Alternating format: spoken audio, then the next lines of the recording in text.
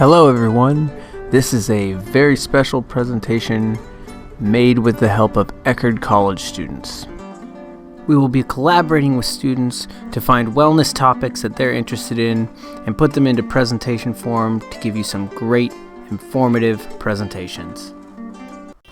This is the 8 dimensions of wellness for India, and this video was made with the help of Mekhi Perry. We're going to start with the physical dimension of wellness.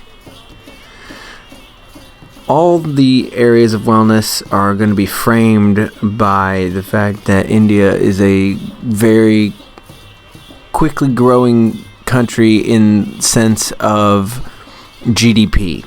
So their people are becoming wealthier. They're still a developing country, and there still is a lot of poverty, but there is more money and more investment in the country than ever before, and that allows for things like a sports and fitness industry to thrive, since it is a little bit more of a leisure component to a society.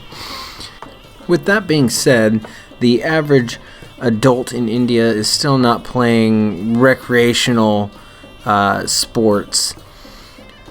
Gym use is definitely growing. There are much more options for fitness centers, and the personal trainer industry as far as a job and career is growing.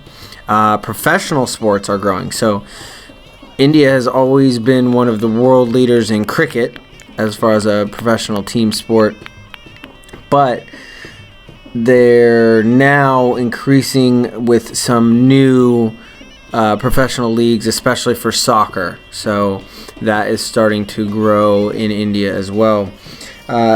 In addition to the fact that the country is becoming wealthier, the country is also very divided. So the southern part is very urban and very big city centers, and the top part of India, it's a very large country, is very rural and lots of farms. So the fitness is kind of divided. So the fitness center use is growing in those urban areas. And in general, the country is one of the least obese countries in the world. So that's pretty awesome. Their obesity rate is climbing for the country, but it is still very, very low. And a lot of that is because Indians still traditionally walk a lot. They walk a lot of places. So even though there is increased use of cars, there's still a lot of walking. And then in the north, the fitness is usually done just by daily activities. So there are a lot of strenuous activities with having to maintain the agricultural lifestyle, and it's in the mountains a lot of times because you're up near the Himalayas and things like that. So there are some pretty intense terrains that have to be navigated. So that's kind of the fitness outlook for India. Next, we will talk about the intellectual dimension of wellness for India. India's attention to education as a country has increased significantly. Just recently, in August 2019, Parliament passed the Right to Education Act, which gave all children 6 to 14 years old free and compulsory education.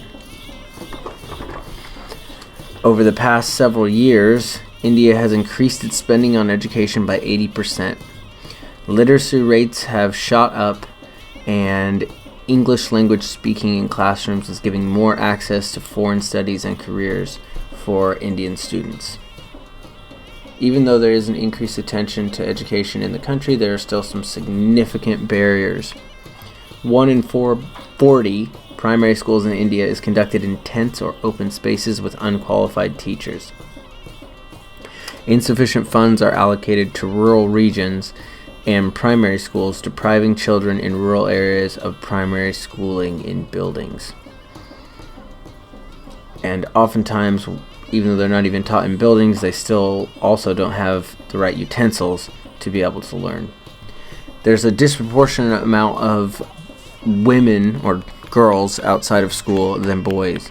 This is because girls, firstly, are kept home in the very impoverished areas to help usually with farming and basic survival type of needs. There's also a cultural belief by some people that girls do not need education nearly as badly as boys, so some families keep their girls home. The most recent rounds of increasing the educational budget from a national perspective have focused a little bit more on the higher education aspect to try and help improve the careers of the Indian people and also bring in more GDP so that then more money can be reinvested towards the primary school education. Next, we'll talk about the social dimension of wellness for India. For almost all Indians, the family is an important social unit. There is a strong preference for extended families consisting of 2 or more married couples who share finances and a common kitchen. Marriage is virtually universal, divorce is rare, and virtually every marriage produces children. Almost all marriages are arranged by family elders on the basis of caste, economic status, education, and astrology. A bride traditionally moves to her husband's house. However, non-arranged love marriages are increasingly common in the cities. Within families, there is a clear order of social precedence and influence based on gender, age, and in the case of a woman, the number of her male children. The senior male of the household is typically recognized as the family head. His wife is the person who regulates the tasks assigned to female family members. Males enjoy higher status than females. Boys are often pampered while girls are relatively neglected. Traditionally, a dowry is given from the bride's family to her new husband's family. And sometimes this can be gifts that start off the marriage, or sometimes it can actually be a financial payment. And this has come under considerable scrutiny lately, especially with the increase of prenatal gender testing. So people are getting their genders, their babies tested before they're born, and then if they're female, they're aborting them more often because they don't want to have to pay out the dowry and they want to receive the dowry. So this has come under extreme scrutiny now that you can see what gender a baby is before it's born, and has increased this problem significantly. And the problems don't end there. There have also been problems where the husband's family has actually extorted money by torturing the bride. So the dowry situation, though still a strong social norm, is starting to come into conflict, especially with these new technologies.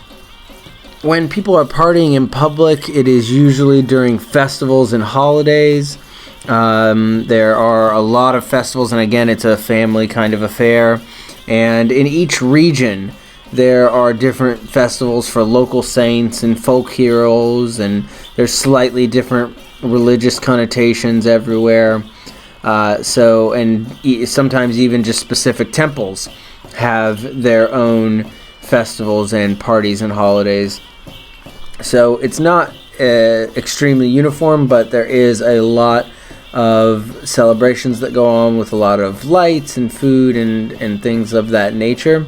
The two major holidays that are celebrated throughout the entire country are Independence Day, which is August 15th, and Republic Day, which is January 26th. There is some considerable variation in the Indian day-to-day diet. As a generality, there is very little meat, because meat is expensive, and as I mentioned, it is still a developed country.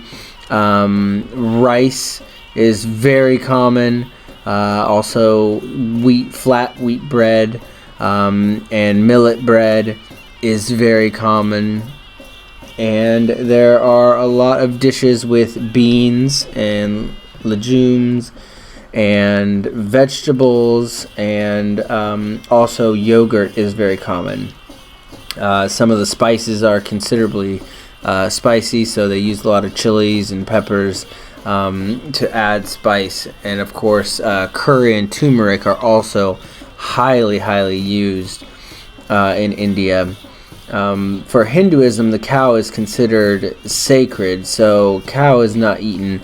But if meat is eaten, fish is usually the meat that is consumed, especially obviously closer towards the coastlines. Next, we'll talk about the emotional dimension of wellness for India. India sees the father of modern India as Mahatma Gandhi, and a lot of their emotional culture comes from the leadership examples that he set. So, two of the main emotional principles found in the culture are forgiveness, something that he preached a lot, obviously non-violence, but then also an overwhelming sense of national pride, proud to be Indian, and that's was something very important to Gandhi and why he believed in the freedom for Indian people. Research has also shown that males subdue a lot of their more passionate emotions in public, so high levels of empathy are not necessarily shown because they're not culturally accepted as much as they are for females, and this is similar to lots of parts of the world. Next, let's talk about the spiritual aspect of wellness for India. Approximately 1.2 billion people in the world currently practice Hinduism, and 95% of those people live in India. It's the most popular religion in India, and about 80% of India's total population identify as Hindu. Experts have dated Hinduism as far back as 4,000 years, but it may go back even further than that. Hinduism is often described more as a way of life than a religion in a traditional sense. As a general rule, Hindus uphold themselves to a strict moral code, believing in such concepts as reincarnation and karmas. Most Hindus are henotheistic, which means they worship a single god, but they recognize the existence of other deities. Also, most Hindus do not eat a lot of meat, and especially beef, as cows are considered sacred.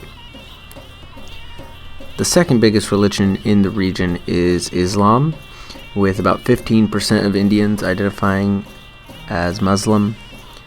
And actually, India has the third biggest population of Muslims in the world, 172 million people.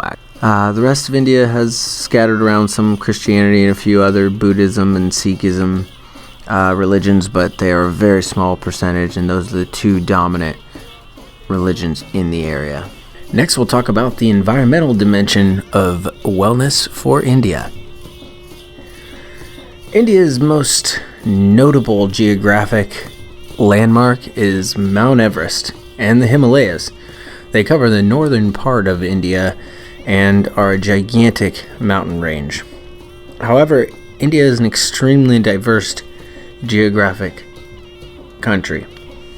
There are deserts, huge forests, monsoons that come through with large flooding, and it's just an extremely biodiverse area of the world. There's also island chains and tons of coastline.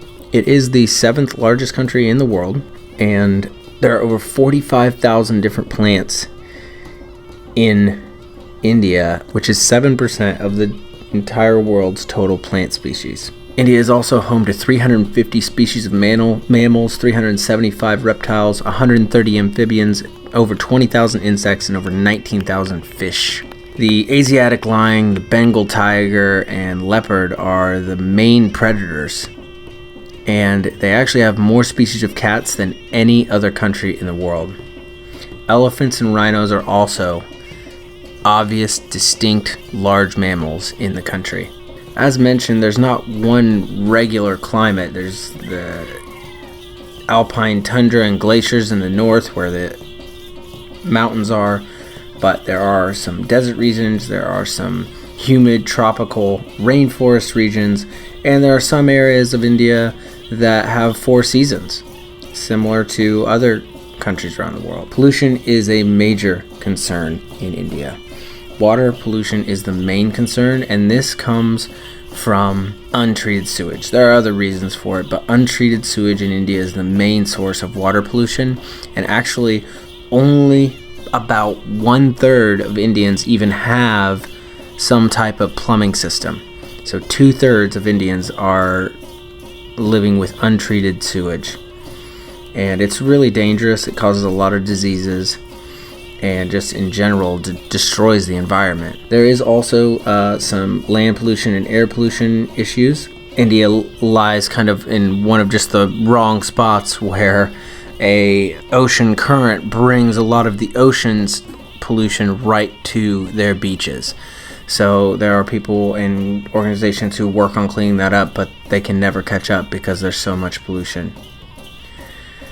India has vowed to put a lot of resources to cleaning up pollution and is working very hard, but they are still the third biggest emitter of greenhouse gases, right behind China and the US. Next, we'll talk about the financial and vocational aspects of wellness for India. India is actually the fourth largest economy in the entire world, and they are a mixed economy, meaning that still half of India's workers work in farming and agriculture, which is the signature of a traditional economy, but they are slowly moving towards a market economy, which means that many of their workers are moving into the service industry. India is extremely dependent on the United States and China. They are dependent on China because they have a lot of raw materials and natural goods, and China takes those in and uses their manufacturing capabilities to output products. So they are very intertwined with each other. And then the United States has some of its largest investments in India because it believes that there is a lot of potential there, especially because the cost of living is so significantly cheap that many jobs are outsourced to India. There are estimates from jobs from America being outsourced to India range from 100,000 to 700,000. So India, as I mentioned, the cost of living is half of even what it is in China. However, the GDP for India has been growing significantly. They're growing very fast, and they have been able to bring 10% of their population out of poverty just in the last 10 years. Many people leave rural areas to live in the cities. Most of them are young and educated, and they seek a higher quality of life. The level of urbanization has reached 34%. One of the very profitable industries in India is Bollywood. It's the film industry. Bollywood makes more than twice the number of movies than Hollywood makes. And the most popular actor in the world is actually from India, Shah Rukh Khan. In 2016, Bollywood contributed $4.5 billion to India's GDP. And it generates less revenue than Hollywood's $51 billion because ticket prices are so much lower. But movies are made for about $1.5 million on average compared to the $47.7 million for Hollywood. And this concludes our video on the 8 dimensions of wellness for India.